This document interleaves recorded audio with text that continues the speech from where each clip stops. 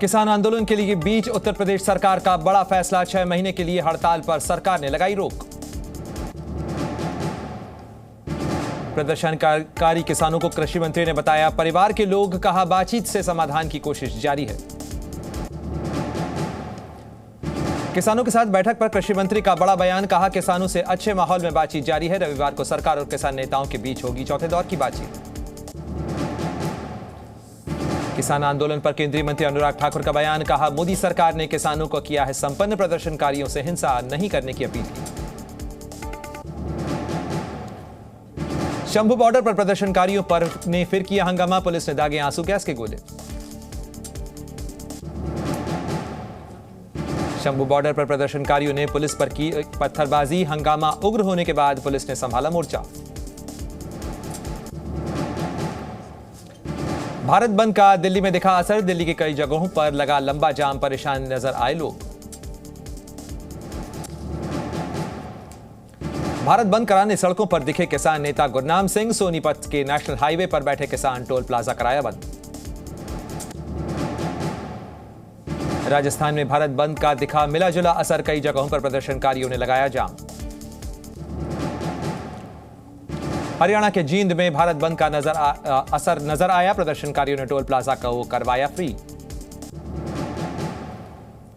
पंजाब के जीरकपुर में प्रदर्शनकारियों ने लगाया जाम, टोल प्लाजा पर प्रदर्शनकारियों ने लगाया कब्जा। कल मुजफ्फरनगर में किसानों की महापंचायत, आगे की रणनीति पर होगी चर्चा। किसान आंदोलन के दौरान एक किसान की हुई मौत, हार्ट अटैक के बाद कल शाम अस्पताल में कराया गया था भर्ती, हार्ट अटैक से हुई मौत। जम्मू के दौरे पर जाएंगे प्रधानमंत्री मोदी, केंद्रीय मंत्री जितेंद्र सिंह ने दी जानकारी, कहा पीएम मोदी को देखने और सुनने के लिए लोगों में उत्साह। बीजेपी के राष्ट्रीय अधिवेशन की तैयारी में जुटे कार्यकर्ता, कई जगहों पर लगाए गए पोस्टर। हरियाणा को पीएम मोदी ने दी सौगात, 9,750 करोड़ रुपए से ज्यादा की परियोजनाओं का किया उद्घाटन और शिलान्यास। रेवाड़ी में जनसभा को पीएम मोदी ने किया संबोधित, लोगों से अब की बार 400 पार का लगवाया नारा। पीएम मोदी ने रेवाड़ी की जनता का जताया आभार, कहा पिछली बार रेवाड़ी से 272 का मिला था आशीर्वाद, कहा जन आशीर्वाद से अब मुकाम तक पहुंची है बीजेपी।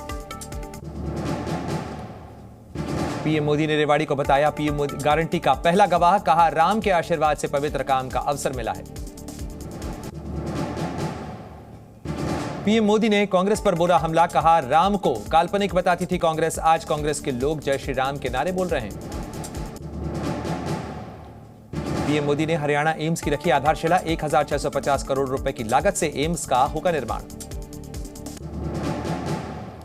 प्रधानमंत्री नरेंद्र मोदी ने विकसित भारत विकसित राजस्थान कार्यक्रम में शिरकत की, वीडियो कॉन्फ्रेंसिंग के जरिए पीएम मोदी ने कार्यक्रम में हिस्सा लिया। राजस्थान को पीएम मोदी ने दिया 17,000 करोड़ रुपए की सौगात, कई परियोजनाओं का किया उद्घाटन और शिलान्यास। पीएम मोदी ने कांग्रेस पर बोला हमला, कहा कांग्रेस का एक ही एजेंडा है, मोदी को गाली दो। अकाउंट फ्रीज होने पर इनकम टैक्स ट्रिब्यूनल के सामने कांग्रेस ने लगाई अर्जी, बुधवार को होगी मामले पर सुनवाई। 2018-19 के साल का कांग्रेस पर 135 करोड़ रुपए था बकाया, जिसके बाद हुई कार्रवाई। सूत्रों के मुताबिक खबर, कांग्रेस ने 13A के प्रावधानों का नहीं किया पालन।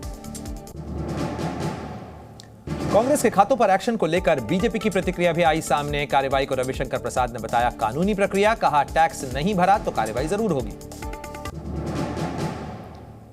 अकाउंट फ्रीज होने पर कांग्रेस हुई हमलावर, केंद्र सरकार से पूछा चुनाव से पहले क्यों हुई कार्रवाई, कार्रवाई को बताया लोकतंत्र पर ताला। कांग्रेस पार्टी के कोषाध्यक्ष अजय माकन ने मामले की दी जानकारी, कहा 220 करोड़ का मांगा गया था इनकम टैक्स। खाते में 115 करोड़ रुपए होने पर ही खर्च कर सकी कांग्रेस, मामले पर अजय माकन का बड़ा बयान, कहा 115 करोड़ रुपए खाते में रखने को कहा गया है। कांग्रेस पर कार्रवाई के बाद मल्लिकार्जुन खड़गे ने केंद्र सरकार पर साधा निशाना, कहा सत्ता के नशे में चूर है मोदी सरकार। राहुल गांधी ने ट्वीट कर पीएम मोदी पर साधा निशाना, कहा तानाशाही के आगे कभी नहीं झुकेंगे। खाते फ्रीज होने पर अशोक गहलोत ने भी केंद्र सरकार पर साधा निशाना, कहा बीजेपी के इशारे पर हुई है कार्रवाई। राहुल गांधी ने बीजेपी पर बोला हमला, कहा देश में नफरत और हिंसा फैलाती है बीजेपी और आरएसएस, कांग्रेस के डीएनए में नफरत नहीं। बिहार के सासाराम में तेजस्वी यादव का बड़ा बयान, कहा कुछ भी हो नीतीश कुमार को साथ लेकर चलेंगे, बीजेपी को सत्ता से बेदखल करेंगे।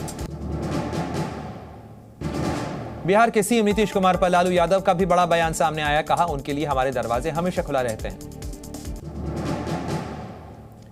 बिहार में श्रम संसाधन विभाग में मशीनरी की खरीदारी की होगी समीक्षा, डिप्टी सीएम विजय सिन्हा ने दिए आदेश।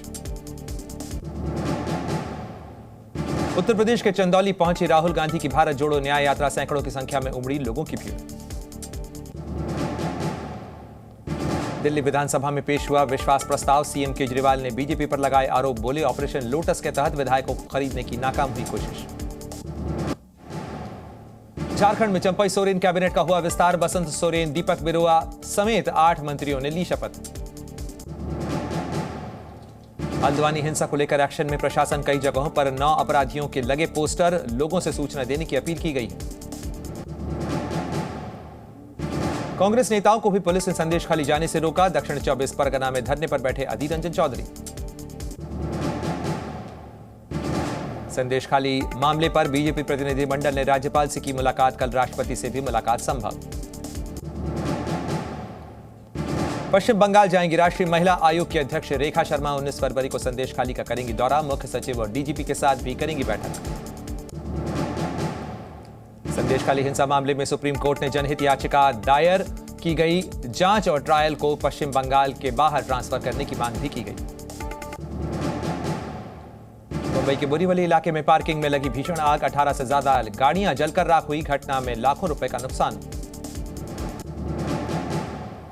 पेटीएम ग्राहकों को आरबीआई ने दी बड़ी राहत, 15 मार्च तक बढ़ाई गई डेडलाइन, डिपॉजिट क्रेडिट लेन देन के लिए बढ़ाया गया समय।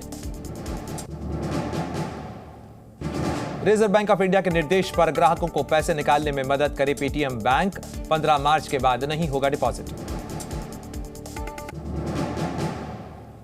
रूस में राष्ट्रपति पुतिन के विरोधी अलेक्सी नवल्नी की मौत, 2021 से जेल में बंद थे नवल्नी।